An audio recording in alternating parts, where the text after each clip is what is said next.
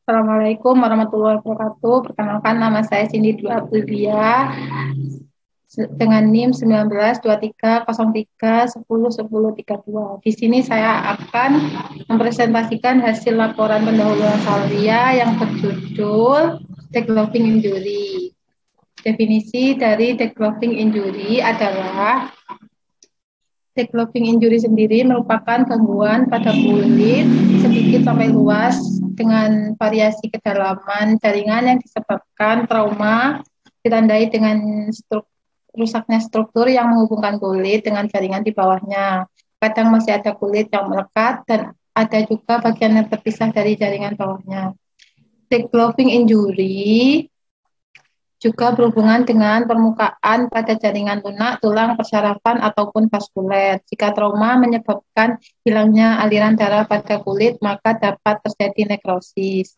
Developing sering terjadi pada daerah lengan atau tungkai. Hal ini biasa disebabkan oleh trauma mekanis yang biasanya oleh trauma pada kendaraan bermotor, trauma akibat kipas angin, maupun juga akibat trauma tumpul. Etiologi dari trauma developing disebabkan beberapa faktor seperti kecelakaan lalu lintas, terlindas dari kendaraan atau kecelakaan akibat dari olahraga, sepeda gunung, skateboard, dan lain-lain. Trauma developing ini mengakibatkan penurunan suplai darah ke kulit, pada akhirnya dapat terjadi kerusakan kulit. Developing minimal biasa terjadi pada pasien yang sudah tua, misalnya benturan terhadap meja. Selain pada ekstremitas, developing juga bisa terjadi pada mukosa mandibula yang diakibatkan oleh akrobat biking atau kecelakaan lalu lintas. Tanda dan gejala dari developing injury biasanya terjadi penurunan kesadaran sehingga tidak sadar. Kemudian ada daerah yang hancur dan ada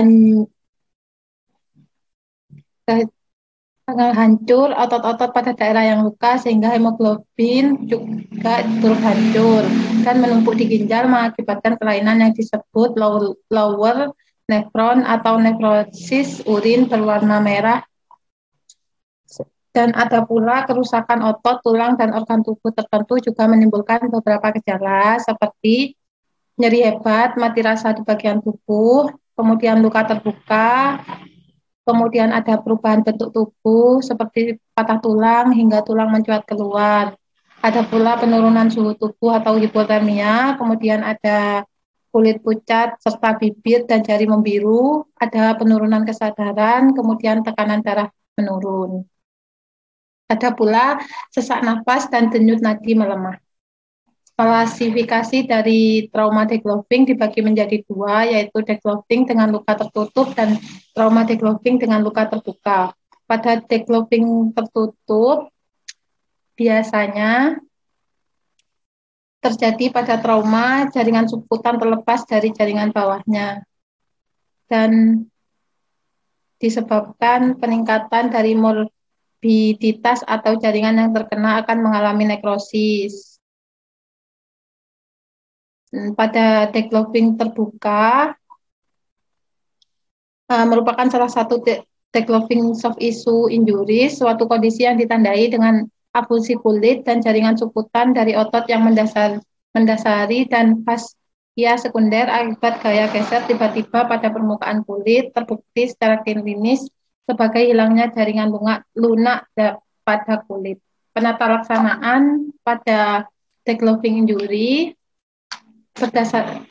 tergantung pada jenis cedera yang dialami korban.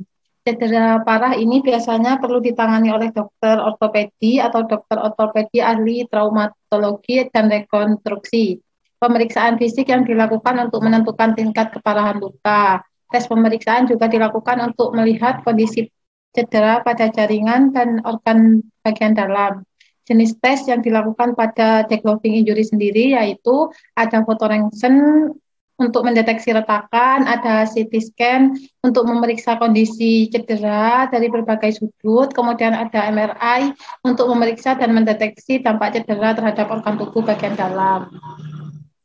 Selanjutnya ada pun penata laksanaan yang dilakukan, yaitu ada terapi obat, beberapa jenis obat yang diberikan oleh dokter, seperti obat pereda nyeri atau analgesik, kemudian ada obat penenang atau sedatif, dan ada juga antibiotik untuk mencegah terjadinya infeksi bakteri. Ada pula operasi. Tindakan operasi dilakukan untuk mengendalikan pendarahan yang keluar dan menangani cedera pada organ bagian dalam. Jenis operasi yang dilakukan ada kraniotomi, laparotomi, torakotomi, dan fasciotomi. Kemudian ada juga tindakan amputasi, yaitu pemotongan bagian tubuh tertentu untuk mencegah terjadinya kerusakan lebih lanjut atau komplikasi yang mengancam nyawa pada pasien.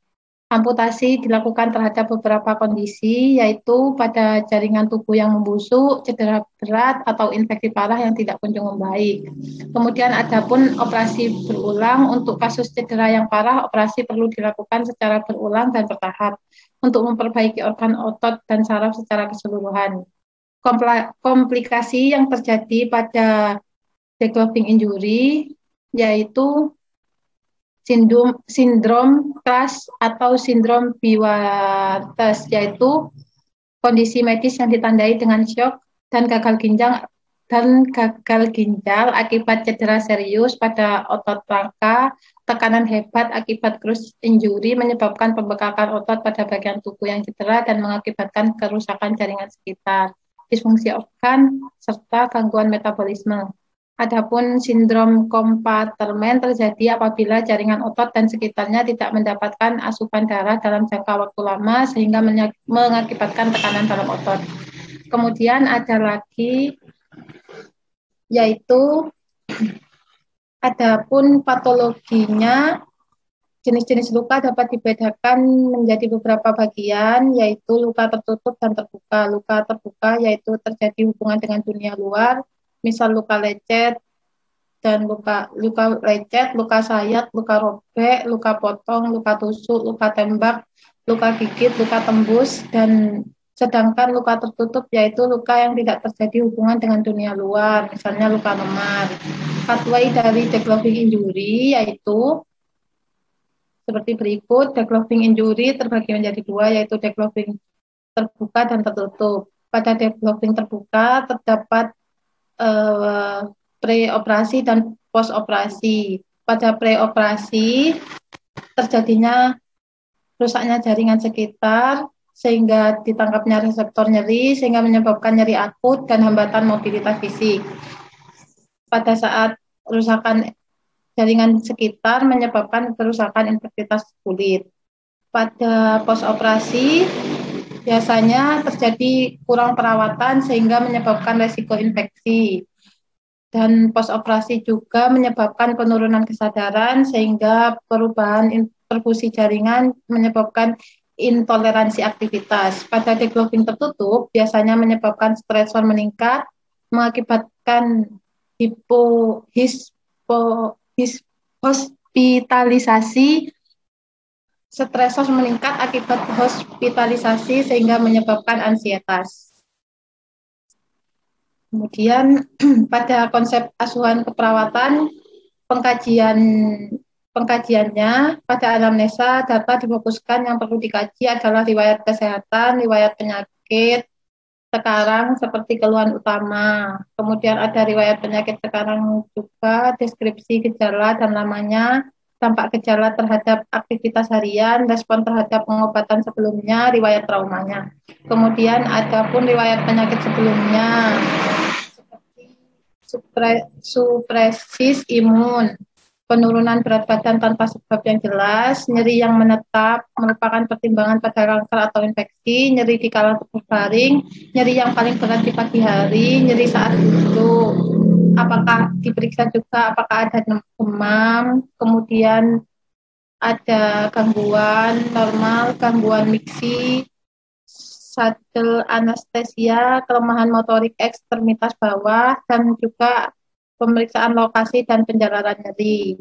Kemudian pemeriksaan fisiknya, adapun pemeriksaan fisiknya dilakukan yaitu pemeriksaan keadaan umum, pemeriksaan per sistem, kemudian pemeriksaan persepsi dan sensori, kemudian pemeriksaan sistem saraf seperti pemeriksaan motorik, sensorik, dan pemeriksaan pernafasan, frekuensi nafas, kualitas suara, dan lain-lain. Kemudian ada sistem kardiovaskuler, terdapat sistem gastrointestinal, kemudian ada sistem integumen, pemeriksaan sistem reproduksi, pemeriksaan sistem perkemihan.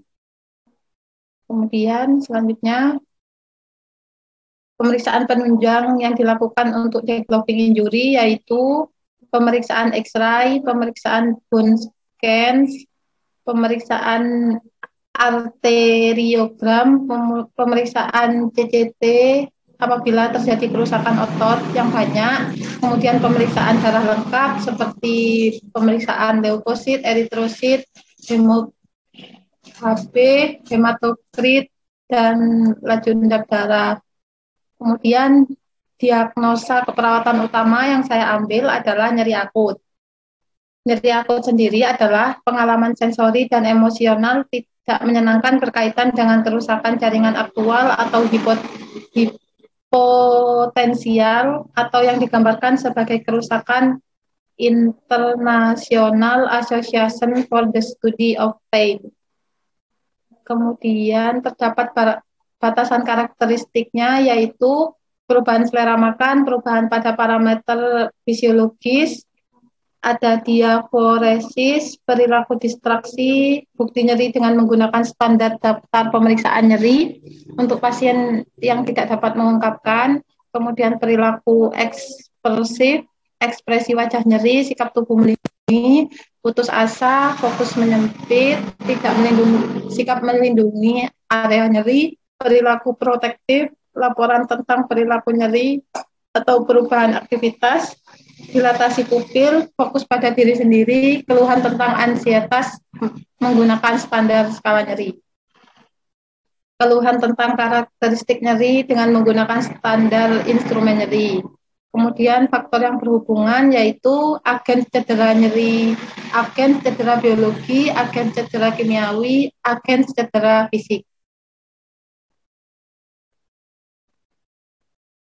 Planning atau rencana tindakan keperawatan yaitu tujuan dan kriteria hasil. Tujuannya diharapkan adanya penurunan intensitas nyeri, ketidaknyamanan akibat nyeri berkurang, tidak menunjukkan tanda-tanda fisik dan perilaku dalam nyeri akut. Intervensi yang dilakukan adalah identifikasi lokasi, karakteristik, durasi, frekuensi, kualitas, intensitas nyeri, kemudian identifikasi skala nyeri, identifikasi respon nyeri nonverbal, identifikasi faktor yang memberatkan dan memperingan nyeri, kemudian identifikasi pengetahuan dan keyakinan tentang nyeri, identifikasi pengaruh budaya terhadap respon nyeri, kemudian identifikasi juga pengaruh nyeri pada kualitas hidup. Kemudian ada monitor keberhasilan terapi komplementer yang telah diberikan dan juga monitor efek samping penggunaan analgetik. Pada tindak terapeutik diberikan teknik farmakologis untuk pengurangan nyeri, misalnya terapi pijat, aromaterapi, teknik imajinasi, kompres hangat atau dingin, terapi bermain. Kemudian ada kontrol lingkungan yang memperberat rasa nyeri, misalnya suhu ruangan, pencahayaan, dan kebisingan. Kemudian selanjutnya fasilitasi istirahat dan tidur, dan juga pertimbangkan jenis dan sumber nyeri dalam pemilihan strategi meredakan nyeri. Kemudian terdapat juga tindakan edukasi, yaitu dengan cara menjelaskan penyebab nyeri, periode, dan pemicu. Kemudian menjelaskan strategi meredakan nyeri. Kemudian yang ketiga, anjurkan monitor nyeri secara mandiri. Kemudian ada juga anjurkan menggunakan analgetik secara tepat. Untuk kolaborasinya, pemberian analgetik apabila diperlukan. Yang selanjutnya adalah masalah keperawatan lain yang bisa terjadi. Di sini saya mengambil resiko infeksi. Resiko infeksi sendiri adalah beresiko mengalami bahaya atau kerusakan fisik yang menyebabkan seseorang tidak lagi sepenuhnya sehat atau dalam kondisi baik. Faktor risikonya terdapat faktor risiko eksternal dan internal. Pada eksternal terpapar patogen, terpapar zat kimia toksik, terpapar agen nosokomial, dan adapun ketidaknyamanan transportasi. Yang internal, ketidaknormalan profil darah, perubahan orientasi efektif, perubahan sensasi, kemudian disfungsi autoimun, disfungsi biokimia, dan juga hipoksia jaringan. Pada kondisi klinis terkait, biasanya terjadi kejang, sinkop, vertigo, gangguan penglihatan, gangguan pendengaran, penyakit Parkinson, hipotensi, kelainan nervus vestibularis, kemudian retardasi mental. Selanjutnya ada rencana tindakannya setelah dilakukan asuhan keperawatan, diharapkan risiko infeksi berkurang. Dengan kriteria hasil, satu, mengenali tanda dan gejala, mengidentifikasi resiko dan penyebaran infeksi. Yang kedua, mengetahui cara mengurangi penularan infeksi. Yang ketiga, mengetahui infeksi yang dapat meningkatkan infeksi. Adapun intervensinya, yaitu satu, memonitor tanda dan gejala infeksi sistemik dan lokal. Yang kedua, adapun terapeutiknya yaitu satu, mencuci tangan sebelum dan sesudah setiap melakukan kegiatan perawatan. Yang kedua, membatasi jumlah pengunjung. Ketiga, memberikan perawatan kulit pada area luka. Yang keempat adalah mempertahankan teknik aseptik pada pasien berisiko tinggi. Adapun edukasinya